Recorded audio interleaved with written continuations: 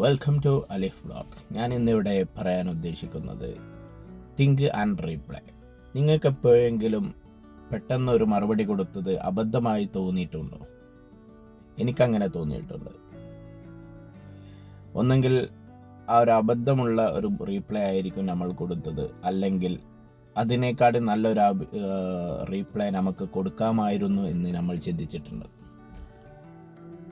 അതുകൊണ്ട് തന്നെ നമ്മൾ എപ്പോഴും ഒരു റീപ്ലൈ കൊടുക്കുന്നതിന് മുമ്പേ അല്പം അത് പോസ് ചെയ്ത് ഒന്ന് ചിന്തിച്ചിട്ട് താൽക്കാലികമായി മറുപടി കൊടുക്കാതെ ഒന്ന് ആലോചിച്ചിട്ട് മറുപടി കൊടുക്കുകയാണെങ്കിൽ ആ മറുപടി വിവേകപൂർണവും അനുകമ്പയുടേതുമായിരിക്കും.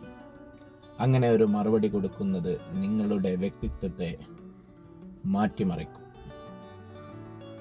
അതേപോലെ തന്നെ നിങ്ങളുടെ സൗഹൃദ വലയങ്ങളെ കൂടുതൽ നിങ്ങളിലേക്ക് അടുപ്പിക്കും.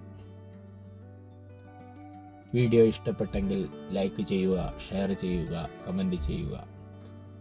എൻ്റെ അലിഫ് ബ്ലോഗ് എന്ന യൂട്യൂബ് ചാനൽ സബ്സ്ക്രൈബ് ചെയ്യുക. Thank you.